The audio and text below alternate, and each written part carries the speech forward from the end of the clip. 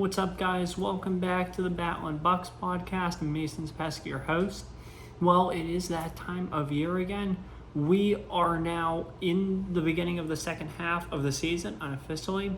The Pirates are officially above 500 by one game, so that definitely feels good to say. Took 2 out of 3 from Philadelphia, 2 out of 3 from the Cardinals. Lost 2 out of 3, though, unfortunately, to the Diamondbacks. And yeah, that's where we are. So we have a new format to this episode, and it's going to be as follows now that it's in the second half. And we have the probabilities chart up. And so if you got, before I go any further, I'm just going to explain the probabilities chart. If you guys recall from last year when I did the NFL predictions, which will be back again this year on Thursdays, I went over each team, their current record, their playoff chances, division chances, conference championship chances, and Super Bowl chances. And I also did their projected record. I'm not doing projected record from LB just because of how many games there are. I'm going to do each team's current record, their playoff chance, their division chance, their league chance, and their World Series chance. And then we'll come back and we'll go through the wild card standings and we'll digest them. That will be preceded by, that'll be the middle part of the show. It will be in a normal episode. Today's not normal, and I'll get to that in a minute. It'll be preceded by, obviously, us recapping each Pirate game for that day, or each week of Pirates action. Then we'll do that with the probability and the wild card digest, like when we look at the standings. And then we'll go into future opponents, like for the upcoming week. Today's show is a little different because Tuesday at 6 o'clock is the trade deadline. So we'll be doing recap, looking at the standings, my probabilities, and the wild card, a trade deadline preview, and then we'll look ahead to the week ahead. I'm sorry about that. So this episode might be a little longer than normal, but moving forward, it's just going to be straight through. And that's typically what it's going to be like every Sunday night now. We will not be taking any Sunday nights off for the most part here. If you look at the rest of the way, I don't think there's any breaks. No, it's pretty much just straight on the rest of the way. So we'll do that. Our final show, hopefully not, but if the Pirates miss the playoffs, our final show will be September 29th. Then I will do my postseason bracket predictions, and yeah, that's how that'll go. So we're at the end here. It's that time of year, we're at the end. However, this channel's certainly not at the end. In fact, this channel is just getting started. Comes the end of August, when it's football season, we'll be going non-stop. High school football starts 3 weeks from this Friday night. We're going to have a lot of games there. We'll obviously be covering that. So you remember the coverage from last year. It's going to be the same thing pretty much this year. So I can't wait to get into that with you guys. So yeah, the channel's just getting back to busy season. So don't worry. Anyway, though, let's get into the Pirates now, shall we? Paul Skeens started the All-Star game, did a nice job. Really like the message he had on his glove. Let me just pull it up. It's a Bible verse. It's 2 Timothy 1:7. For God has not given us a spirit of timidity, but of power and love and discipline. Really love to see Paul Skeens with that Bible verse on his glove, so good for him. Unfortunately, they won the game, so I know just can't win an All-Star game. I don't get that. I really don't. But World Series advantage wasn't on the line, so who cares? Anyway, though,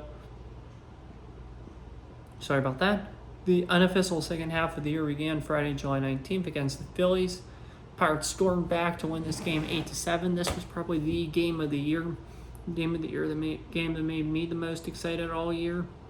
Philly jumped out to a 3-0 lead, being the best team in baseball. I kind of thought, yeah, we just can't keep up with this team.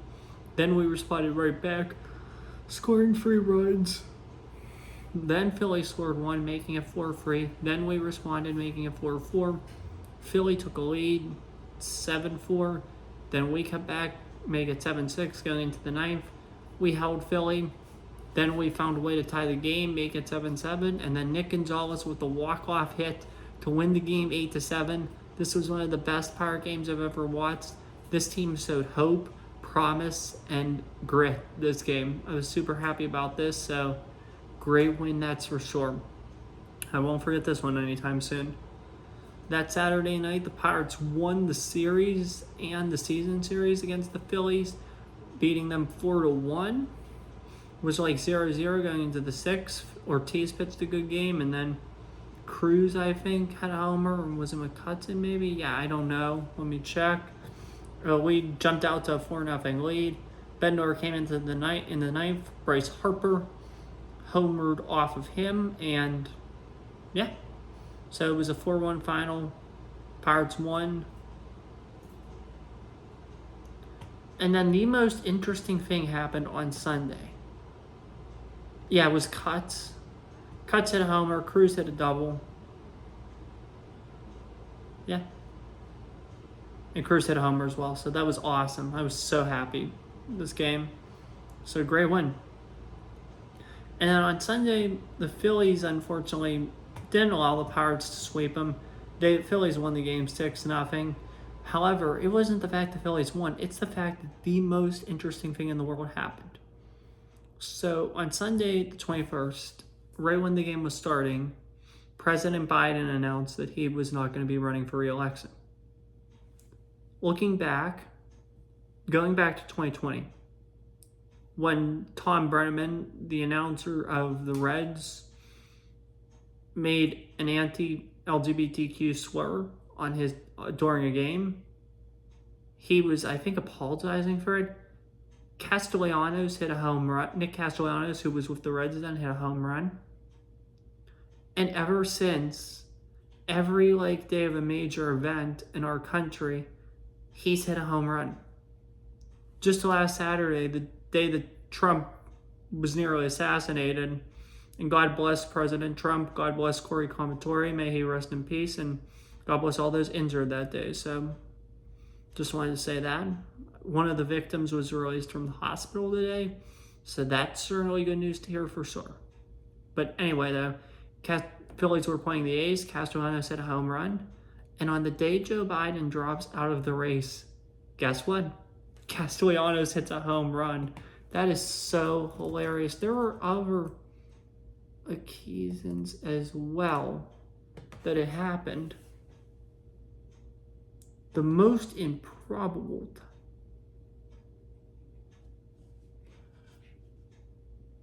That's hilarious.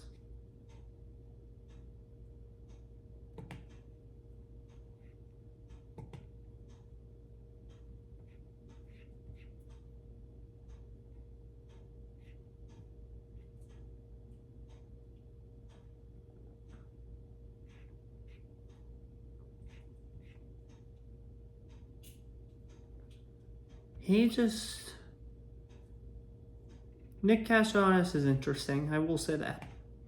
Not a big fan of his, but he's interesting, to say the least. But Pirates lost this game. Cardinals, on Monday night, this was a game I was actually at. Pirates defeated the Cardinals 2-1. Very low scoring game. We got a couple hits. That led to us winning the game. Cardinals only had one home run, solid outing by... Sorry, getting tired late at night again. Solid outing by Mitch Keller. We won the game. All's good. Pirates 2, Cardinals 1. So Bednar got the save. Very glad to see that, for sure. Tuesday night, July 23rd, Paul Skeens pitched for the Pirates. However, that was not enough to secure us the victory as we fell to the Cardinals 2-1. Skeens actually went into the ninth because he didn't throw them any pitches throughout the game, so that was good to see. But again, it wasn't enough, so it didn't really matter. That set up a rubber match on Wednesday, which, thank goodness for Martin Perez, because we prevailed in that rubber match, winning the game by a final score of 5-0. This was definitely a great game offensively. Very glad to see this. And Perez did incredibly well, so great job by the Pirates. Very good homestand series win secure against two very good teams. And now we head out to Arizona, see what we got against the Diamondbacks in the desert. The desert hasn't been a friendly place for the Pirates in recent years, and this weekend very well proved that. Friday night, it looked like things were going to change. the Pirates had a 3-0 lead over the Diamondbacks after 2. However, the Diamondbacks slowly and steadily cut into that lead, making it 3-1. Then it became 3-2. Then a 2-run home run made it 4-3. And that was the score the Diamondbacks would end up winning by. This was definitely an upsetting game. I mean, we 100% should have won this game. It's very unfortunate that we didn't win this game, so that definitely really ticked me off. So very upset about that one. Last Saturday night, the Pirates fell in Arizona 9-5. 9-5. One of the days the pitching staff really didn't have a great game. This was also very unfortunate to see. So, I mean, we were down 4-1. We scored the first home run. Cruz hit the first home run, making it 1-0. Arizona scored 4 runs then, making it 4-1. Then we climbed back into it, making it 4-4. Then the Diamondbacks just took advantage, taking a 6-4 lead. Then it was 6-5, and Diamondbacks scored 3 more runs at that point, winning the game 9-5. So definitely a big win for Arizona, bad loss for us. Diamondbacks sent the Pirates their first series loss since July 2nd for the 4th against the Cardinals, because we did split that series against the Mets. Today, though, we won, which was good to see, but it was not a good day, I didn't feel. We were down headed into the 9th. It was originally 2-0. Then we made it 2-1. Then a Tellez double got us on. Then we scored to make it 2-2. Then in the 10th, we break out, taking a 6-2 lead.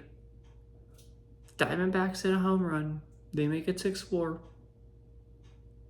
Then something else happens at 6-5. Corbin Carroll comes up, hits a triple, man on third, 2 outs. Thank goodness the Pirates get the last out. That was almost pathetic. That was almost dismal. I can't stand when they do that. So I was very upset. Very, very upset about this. So very ridiculous. So, but it was a good win. I mean, looking at the big picture, we went 5-4 over the past 9. That puts us 1 game above 500. I think we're 53-52. Very good. So yeah, that's what I want to see. So very good for sure. All right, now let's take a look at the standings and the probabilities, shall we? Here we go. In the AL East, we got the Baltimore Orioles. They're 62-43. They have a 99% playoff chance. And this is my model. This is my model I created on my own. And these are just my probabilities. So without further ado, here we go. Baltimore, 62-43. 99% chance to make the playoffs. 44% chance to win the division. 18% chance to win the American League. 10% chance to win the World Series. New York Yankees. 98% chance to make the playoffs. 44% chance to win their division. 10% chance to win the AL. 7% chance to win the World Series. Boston, 55-49. 50% playoff chance. 8% division chance. 7% conference or 7% AL chance. 2% World Series chance. Tampa Bay, 54-52. 48% playoff chance. 3% division chance. 3% league chance. 2% World Series chance. Toronto Blue Jays, 49-56. 32% playoff chance. 1% division chance. 2% league chance. 1% World Series chance. Cleveland Guardians, AL Central time now. Cleveland Guardians, you're 63-42. 99% playoff chance. 55% division chance. 17% American League chance. 11% World Series chance. Minnesota Twins, 58-46. 69% playoff chance. 35% division chance.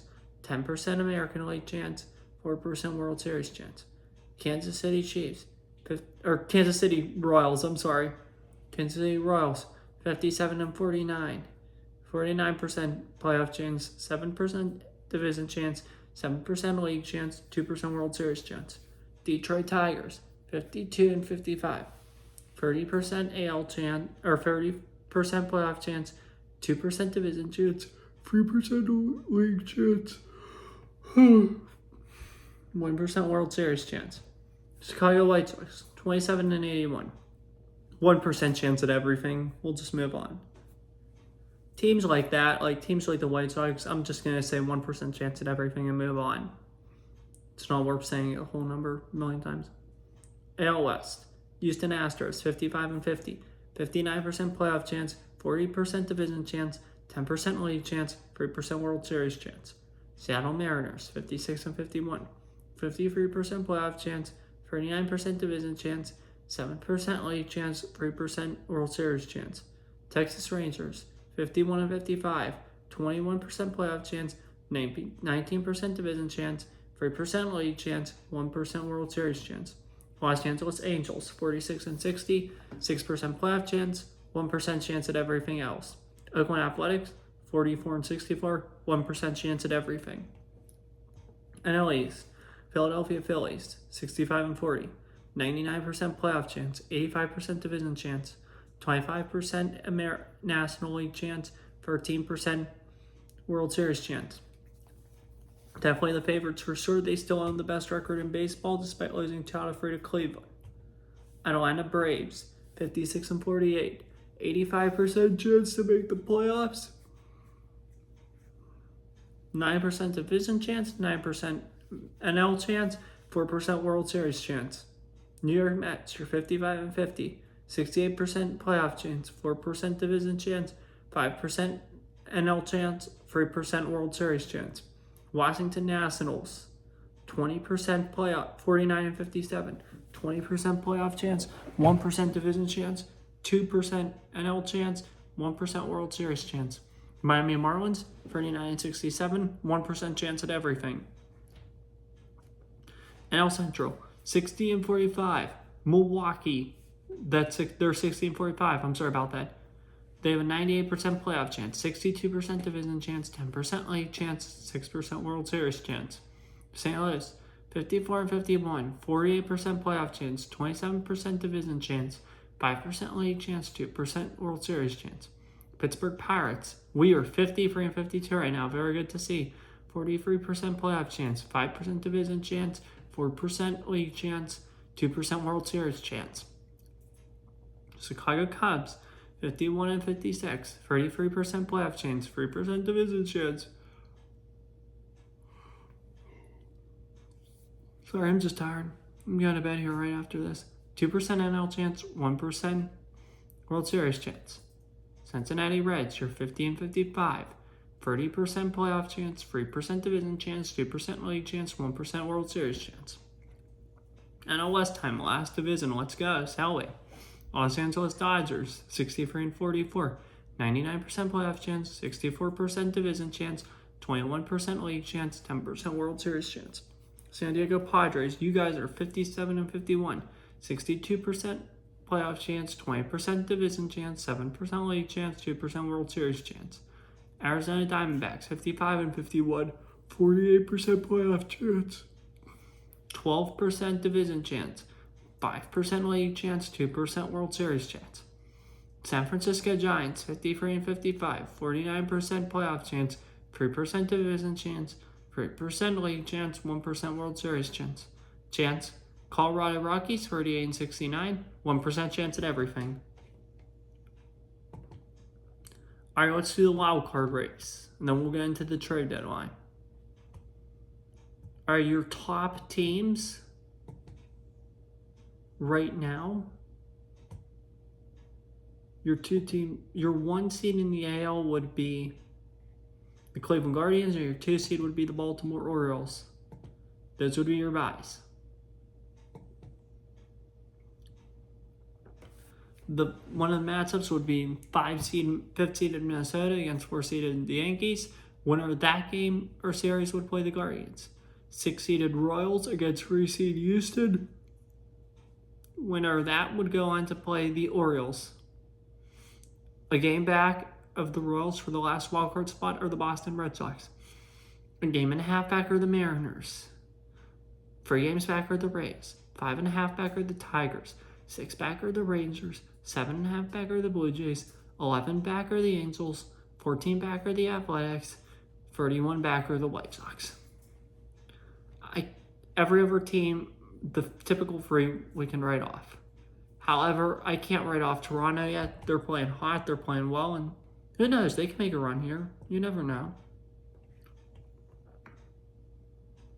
All right, NL time. The 1 seed are the Philadelphia Phillies.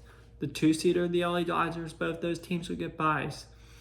Next up, you have the 5th seeded Padres against the 4th seeded Braves. The 6th seeded Mets against the 3rd seed Brewers.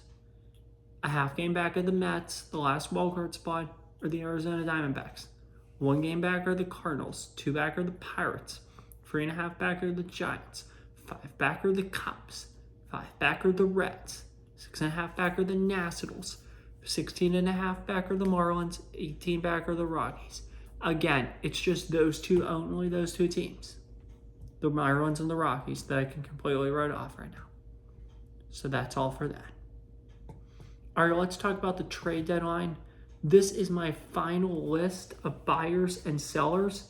Then we'll discuss some of the deals that were made.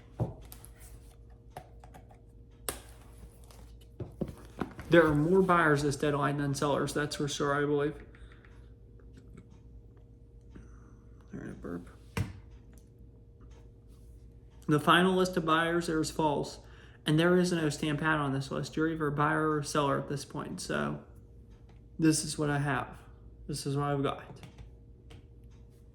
Your buyers would be Baltimore, Boston, New York Yankees, Cleveland, Kansas City, Minnesota, Houston, Seattle, Atlanta, Philadelphia, Milwaukee, St. Louis, Los Angeles Dodgers, New York Mets, Arizona, Pittsburgh, and San Diego. Those clubs should definitely be buying. That's for sure.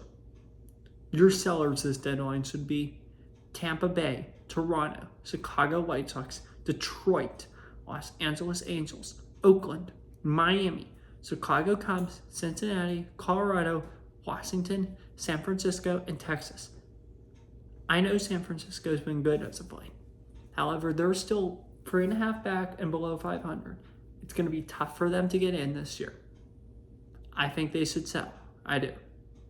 Same goes for the Rays. They are selling. They're 2 games above 500, but they know it's tough for them to get in. They're doing the right thing. So that's just my opinion on where each team should go. All right, here's a list on Baseball America of some noteworthy trade candidates. We'll go through it, and I'll tell you whether or not I think they should be dealt. Garrett Crochet, Chicago White Sox. I would like to see him dealt. Do I think he will be dealt? Probably not. Just because of how much it says here on Baseball America, he's under team control for 2026. I think they'll wait till the offseason. So no. Tariq Skubal, Detroit Tigers.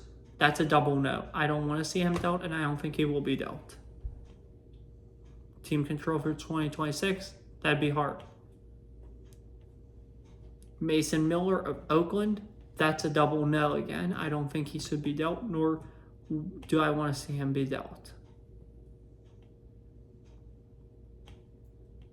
Luis Roberts, Chicago White Sox. I would like to see him be dealt, but I don't think he will be. I think they're going to ask too much, and I don't think they'll trade him. Yandy Diaz, first baseman, Tampa. I think he'll be traded. I don't care if he's traded because I barely know him, but yeah, I guess I want him to be traded. So if he wants to, yeah, I'm sure. But yeah, that'll be interesting. Tanner Scott, Miami Marlins. Do I think he will be traded? Yes. Do I want to see him traded? Yes. I think the Pirates should try to get him and Josh Bell in a package. I think that would be good. Cody Bellinger. Do I want to see him traded? No, because I'm somewhat of a Cubs fan. Do I think he will be traded? No. They should trade him, but I don't think they will. Brent Rooker of Oakland. I don't think he should be traded, nor do I want him to be traded. Jack Flaherty of Detroit. Well, maybe I do want to see Rooker traded, yeah. I take that back. Yes, I do want to see him traded. Rooker, Flaherty of the Tigers, double yes. I want to see him be traded, and I think he should be.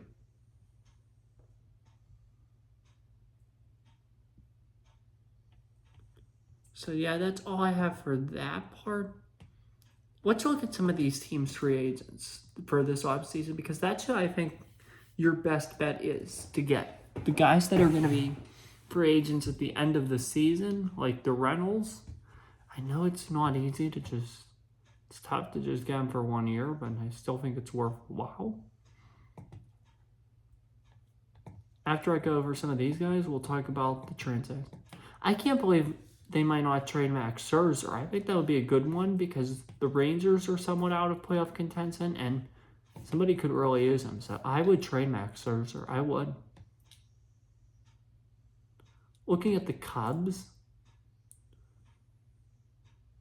I would definitely trade Kyle Hendricks. That's the one. And David Bote. I would trade those two. Maybe Drew Smalley. And I'd consider Bouncer. I'd consider moving him. The White Sox, they have a ton of free agents. They have a ton of decisions they could do. Eloy Jimenez, I would definitely consider moving him. It's a club option. It's probably going to decline. So I would try to trade Jimenez. I'd probably trade Moncada, and same with Max Stassi. Michael Soroka, I'd trade him. DeJong, Pham, Chad Kuhl, Corey Knebel, I'd consider all those guys. So yeah, they have a ton of free agents. Tommy Pham, I'd move them all. Cincinnati Reds, these are guys that probably, I think they'll be better next year. So just trade guys that are free agents now. Brent Suter, that would be a good arm if you need bullpen help. Lucas Sims, Buck Farmer, those would be good guys. Justin Wilson, those would be good. Colorado Rockies.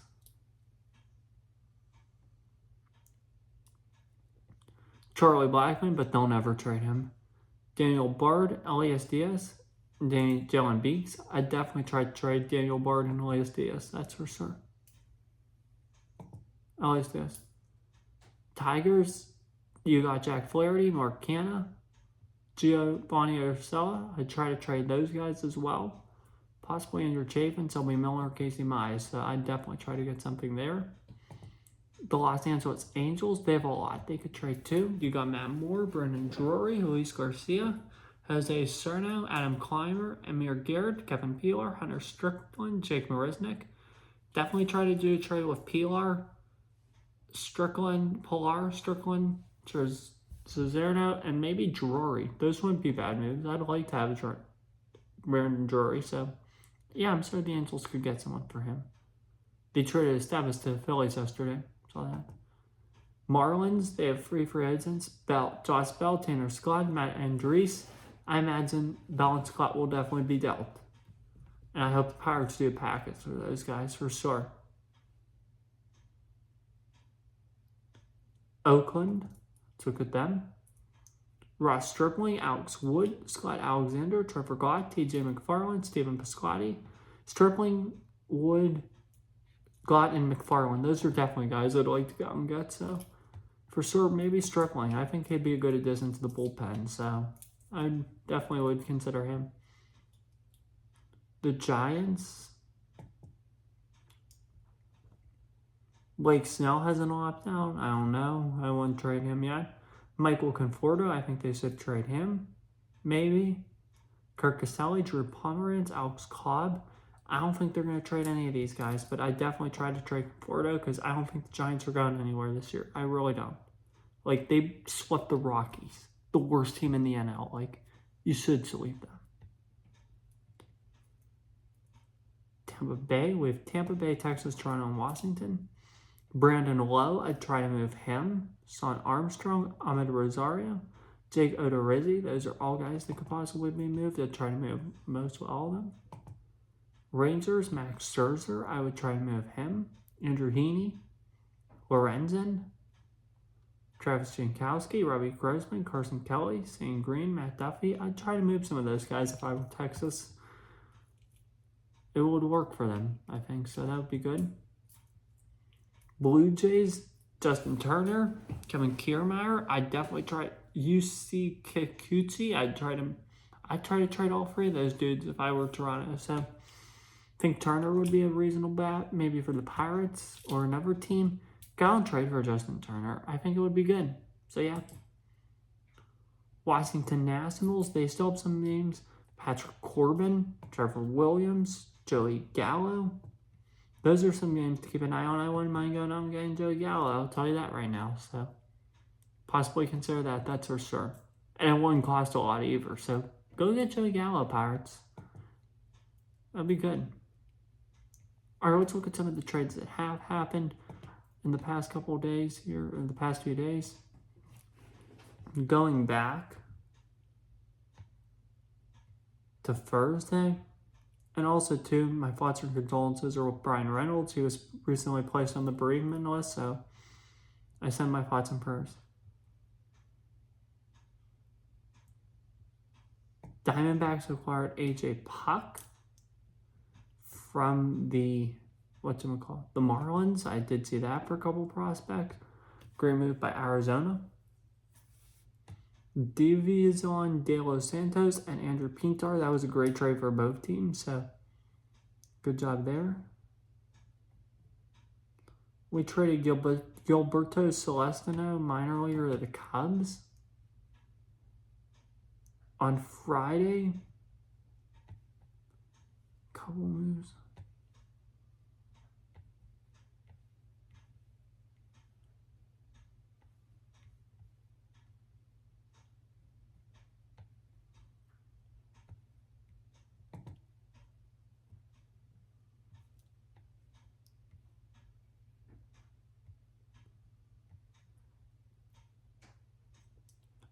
Rays traded Zach Eflin to the Orioles for Jackson Baumeister, Matthew Etzel, Matt Horvath. Great deal for Baltimore. I don't know about Tampa though. This was interesting. It was between the two contenders. Orioles traded Austin Hayes to Philly in exchange for Sir Anthony Dominguez and Kristen Pache. I think that's a good deal for both teams. So good job there. So I like that deal. Rays traded Randy Arozarena to Seattle for Brody Hopkins and Smith and a player to be named later. Seattle hit the lottery there because I think they got a good player and they didn't pay a whole lot. So that's my opinion. Dodgers traded James Paxton to the Red Sox in exchange for Moises Bolivar. Good move for both teams. Dodgers get a prospect back and the Red Sox get a good pitcher. Yimi Garcia was traded from the Blue Jays to the Mariners in exchange for Jonathan Clase and Jacob Sharp. Good move for both teams once again. July 27th, let's look at some deals that were made on Saturday.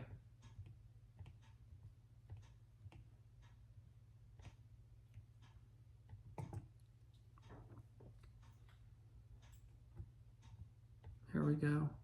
Miami Marlins traded Jazz Chisholm Jr. to the Yankees for Augustin Ramirez, Jared Serna, and Abraham Ramirez. I'm so upset the Pirates couldn't get Jazz at this price. Like, seriously? That was upsetting for sure. I mean, I was hoping we would get him, and it's unfortunate he goes to the Bronx. But, yeah, should have done a better job there. Definitely disappointing to see that, but, yeah. I think the Yankees won this trade by a mile, too. Blue Jays traded Danny Jensen to the White Sox, a catcher, in exchange for Cutter Coffey, Edison Paulino, and Gilberto Batista. Not a bad move. Blue Jays traded pitcher Nate Pearson to the Cubs for Josh Rivera and Yohandenik Panago. Definitely trading up on trying to get some prospects there, that's for sure. Good for them. Rockies trade Nick Mears to the Brewers for Bradley Bolofak and Eugenia Herrera. Good move by Milwaukee. Not so much Colorado, but we'll see.